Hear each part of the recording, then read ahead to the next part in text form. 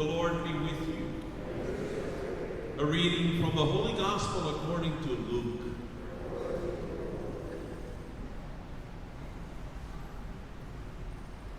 On a Sabbath, Jesus went to dine at the home of one of the leading Pharisees, and the people there were observing him carefully. He told a parable to those who had been invited, noticing how they were choosing the places of honor at the table.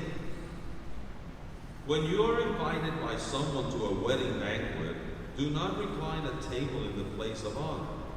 A more distinguished guest than you may have been invited by him, and the host who invited both of you may approach you and say, "Give your place to this man." And then you would proceed with embarrassment to take the lowest place. Rather, when you are invited, go and take the lowest place, so that when the host comes to you, he may say, "My friend, move up to a higher position." Then you will enjoy the esteem of your companions at the table. For everyone who exalts himself will be humbled, but the one who humbles himself will be exalted. Then he said to the host who invited him, "When you hold a lunch or a dinner, do not invite your friends or your brothers or your relatives or your wealthy neighbors, in case they may invite you back and you have repayment. Rather, when you hold a banquet, invite the poor, the crippled, the lame, the blind.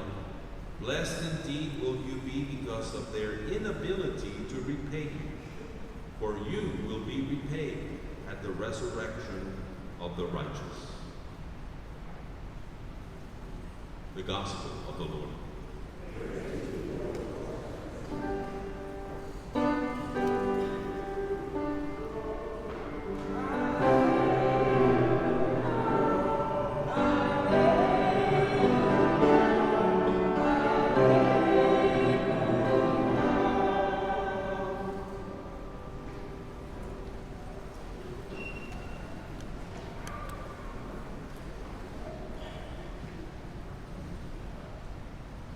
My brothers and sisters in the Lord, when we come to church and we listen to the Word of God, usually we try to get into the passage. The Gospel of today is a good example because I don't know what line of the Gospel captures your attention, but the one that caught my attention is right in the beginning of the Gospel, when it says that people that were invited to this dinner, they were observing Jesus carefully.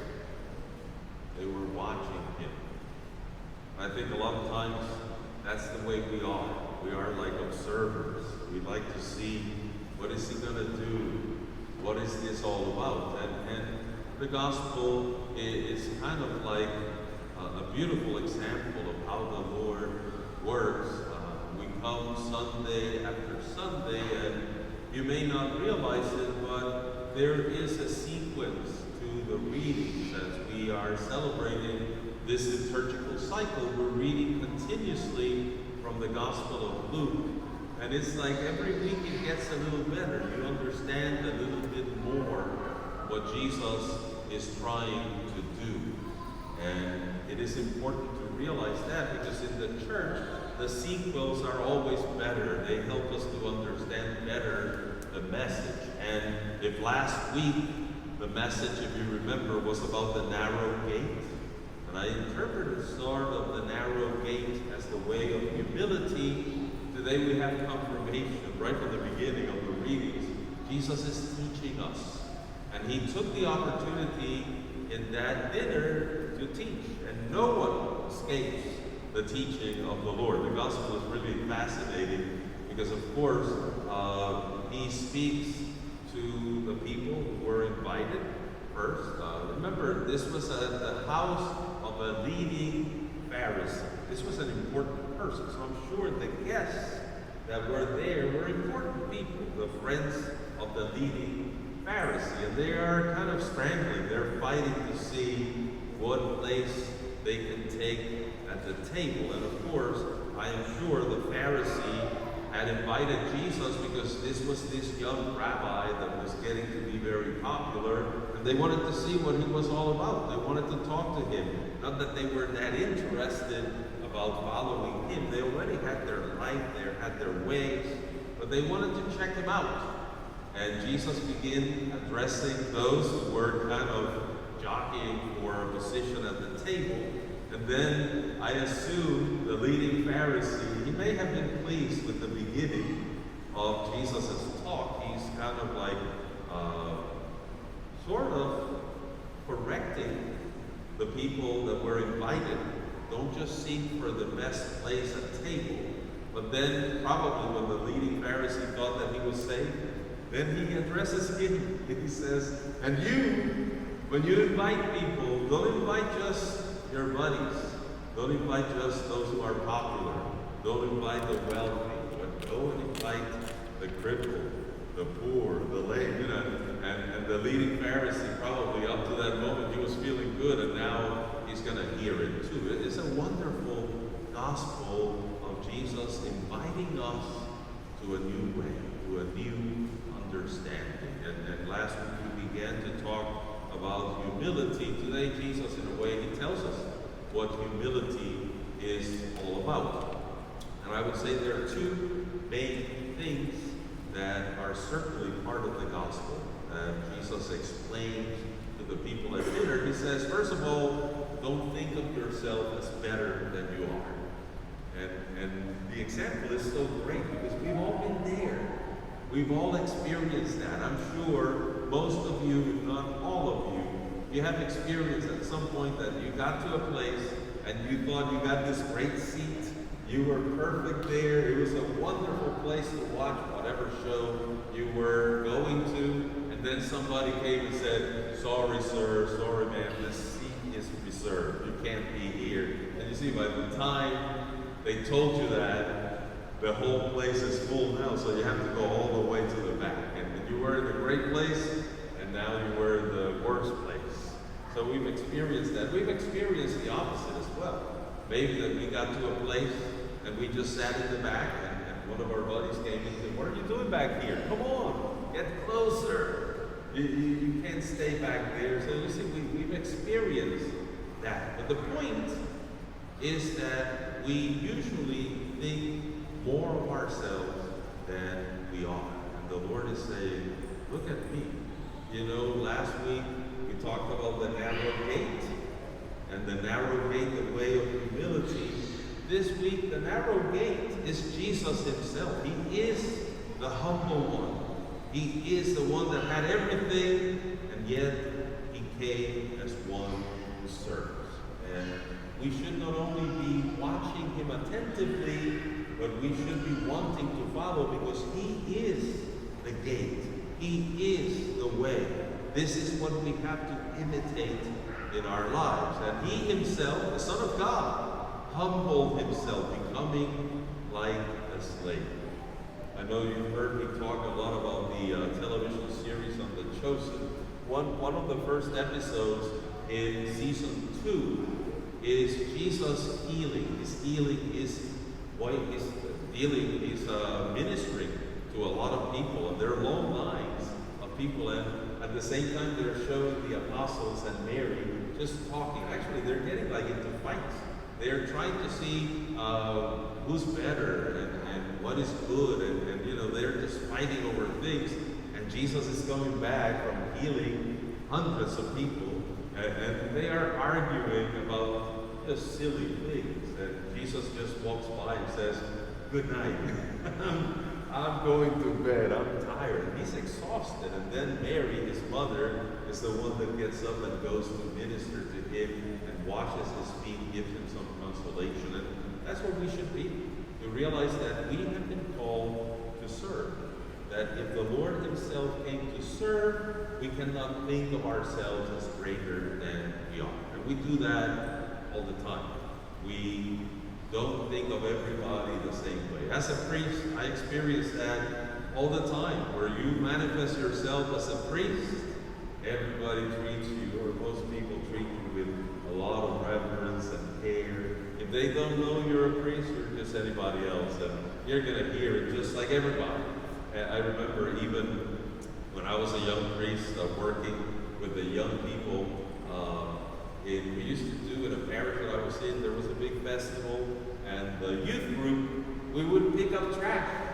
That's what we did during the festival. We would be picking trash. And of course, I wouldn't just let the kids do it. I would put on my blue jeans and t-shirt and work with them. And I remember one time picking up trash. I was actually bowing down trying to pick up trash, putting it in bags. And there was a lady. She just threw a can of Coke right in front of me so that I would pick it up. And then she saw who it was.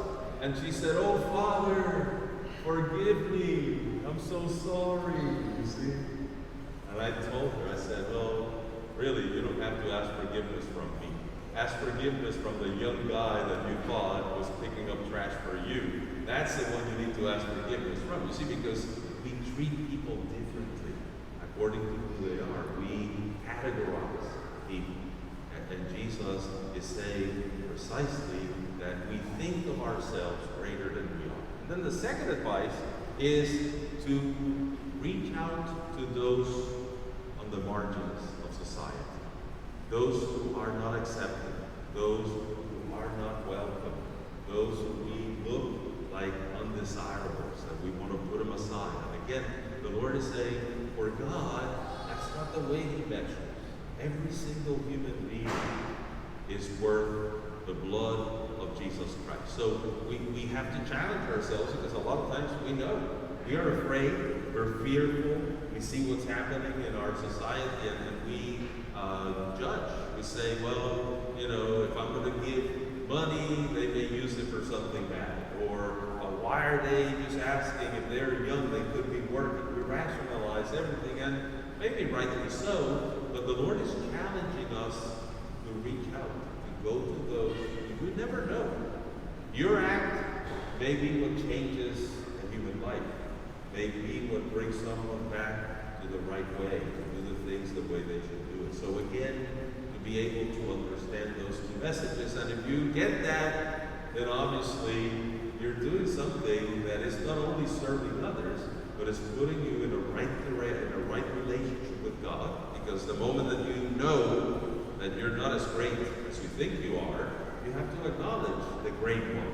You have to acknowledge God in your life, and you humble yourself.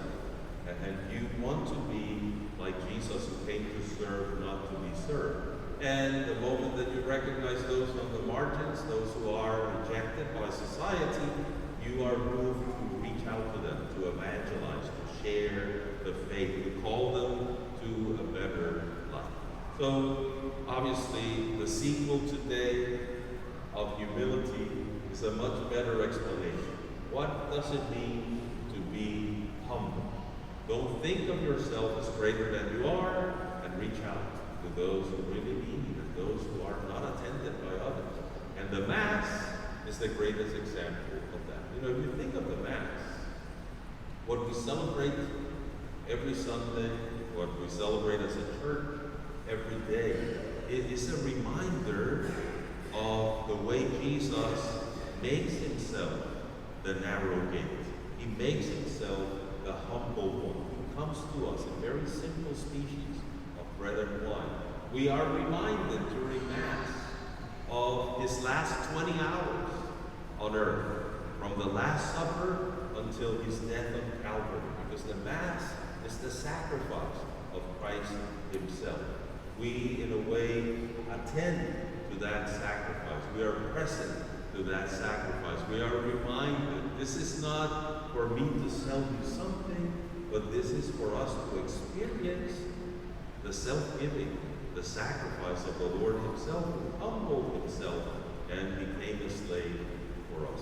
So let us pray for that as we celebrate this Mass, that we may be called to not only observe the Lord. There are too many people who are just observing Him. We don't need to observe Him like the people in the dinner. He went after them because He said, I observed you too. You were looking for the best places. Don't think you're that good. You're not. And then He went after the leading Pharisee, and He said, when you invite, look at the people you invite. It's just the nice people, the ones that are your buddies, your friends. don't do that. Go elsewhere. Go beyond. Learn from me. That's what I do. That's my work. That's my ministry. That's what we should be doing as well. Amen.